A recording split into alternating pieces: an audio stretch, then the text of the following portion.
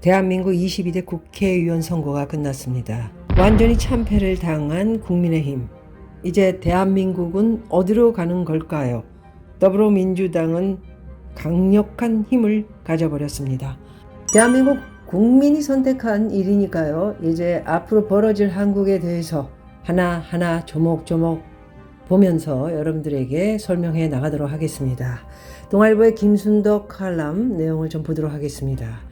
제목에 꽂힌 독자들은 말할지 모른다. 우린 대통령을 바꾸고 싶은 것이라고. 그럴 방도가 없어 촛불 혹은 짱돌을 들듯 분노투표, 시위투표, 응징투표를 한 것이라고. 누가 뭐래도 이번 총선은 윤석열 대통령에 대한 심판이었다. 내각제 같으면 총리를 쫓아내고 정권을 갈아치우는 야당 승리다. 국민의힘이야 참패가 슬프다고 해도 여전히 엄연히 집권당이다. 지금까지와 별로 달라질 것도 없다. 대통령이 원하는 대로 시키는 대로 당대표 쫓아내라면 쫓아내고 내부 총질 없이 대통령의 체리 따봉에 감읍하면 그만이다. 물론 야권은 하늘을 쓰고 도리질할 것이다. 하지만 그것도 정도가 있다. 오만한 대통령을 국민이 용납하지 않듯 오만한 야권도 결국은 심판받는다. 2000년 4.13 총선이 그랬다. 소수파 정권이었던 김대중 전 대통령은 신년 초 대통령 당인 새천년 민주당을 창당하며 정치가 국정의 발목을 잡는 사태는 반드시 시정돼야 한다고 거대 야당의 행포를 비판했다. 그러나 집권 3년차에 치러진 16대 총선에서 집권당은 고작 115석이었다. 한나라당 현 국힘은 DJ 정권 심판론으로 133석을 차지해 제1당을 지켰지만 제왕적 총재 이회창은 3년 후 대선에서 패배하고 말았다. 현직 대통령으로서 최고의 꿈은 정권 재창출이라는 DJ 회고록에 써있다. 윤 대통령에게도 3년의 시간이 있다. 대통령만 빼고 다 바꾼다면 총선 패배를 딛고 그래도 대한민국의 정체성을 지킨 대통령으로 정권 재창출에 기여할 기회는 살아있다. 패배 나올 뒤 DJ는 담화문을 통해 야당 총수와의 영수회담을 제의했고 실제로 만나 상생 정치도 약속했다. 윤 대통령이 그럴 수 있을지는 알 수 없다. 담화문을 내고 지금껏 안 만났던 야당 대표와 회담을 한데도 윤 대통령 스스로 달라지겠다는 의지가 없으면 국민 신뢰만 잃을 수 있다. 작년 10월 서울 강서구청장 보선이 끝나고도 그랬다. 저와 내각이 반성하겠다. 국민은 무조건 옳다고 말했지만 바뀐 건 하나도 없었다.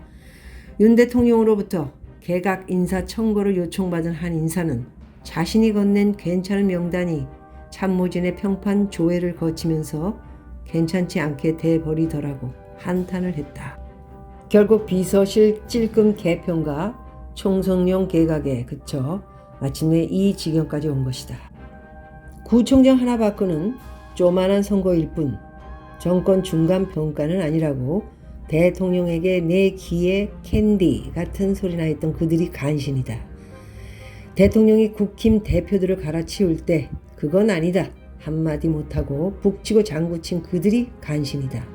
학예회 같은 민생 토론회나 연출했던 참모진과 내각은 물론이고 입틀막에 이어 파틀막 사태까지 번지게 만든 경호처에도 간신들이 수두룩하다.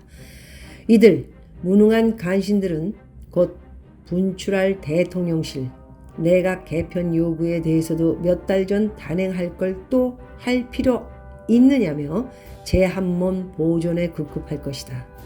당이 문제이지 대통령은 잘못 없다며 심기 경호에만 골몰하는 간신이 들끓지 않고서야 2년 전 공정과 상식을 들고 나와 무도한 문재인 정권 교체를 외쳤던 대통령 후보 윤석열은 어디 갔는지 납득이 안 되는 것이다.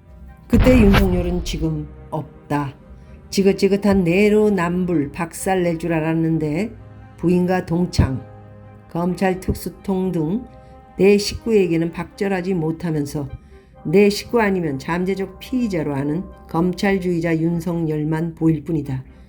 조국 혁신당이라는 유아적 당명을 짓고 대표직에 오른 조국이 돌풍을 일으킨 것도 같은 잣대를 들이대면 당신들은 떳떳한가 싶은 배신감 때문이었다. 이대로 3년을 갈 순 없다.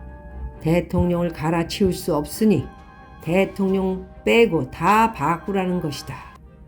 윤 대통령 스스로 인정했듯 정무 감각이 꽝이니 정치 경험 많은 비서실장을 들이라는 것이다. 매정하게 끊지 못한 것이 문제라면 문제. 부인만 감쌀 게 아니라 진짜 게이트 생기기 전에 제2 부속실을 설치하라는 것이다. 이태원 참사 뒤에도 정치적 책임을 묻지 않았던 충암고 후배 이상민 행정안전부 장관은 이제라도 경질하라는 것이다. 지지율에 연연하지 않고 뚜벅뚜벅 가겠다고 오기즉생할 때가 아니다.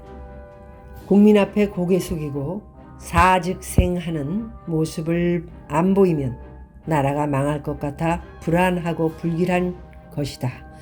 살아생전 김수환 추기경은 2000년 월간지 신년호에서 DJ에게 남은 임기 3년간 당적을 떠나 온 국민이 바라는 정치를 펴줄 것을 건의한 바 있다고 했다. 우리 곁에 큰 어른이 있다면 분명 같은 조언을 했을 것이다. 윤 대통령 변화를 가시적으로 드러내 국민을 내 편으로 만들지 못한다면 악작 같은 야권 공격에 불행한 대통령으로 기록이 될 수 있다. 김수환 추기경님과 같은 대한민국 나라와 국민을 위해서 말해줄 수 있는 어른이 없다는 게 안타깝습니다.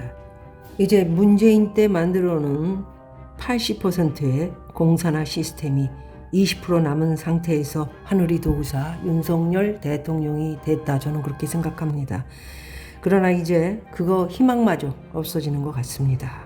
문재인이 못다한 종전선언, 평화협정, 이제 연방제로 가는 것을 확고하게 다듬을 일이 보입니다. 이재명과 조국.